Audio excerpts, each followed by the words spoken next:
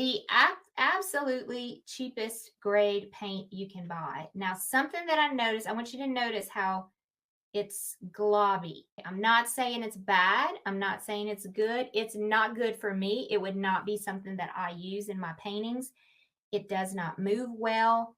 It's very sticky and it's almost like a jelly consistency.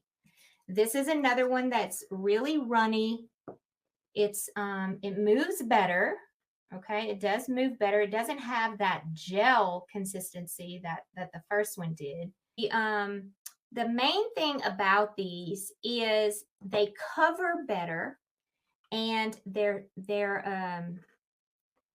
a lot silkier and smoother.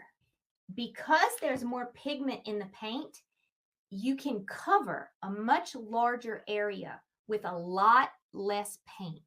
On the back of these, it actually shows you the opaqueness. Okay, there's 3 different levels. There is transparent, there's semi-transparent, and there's opaque. Okay, so these paints have that. Your craft paints don't tell you those kind of things.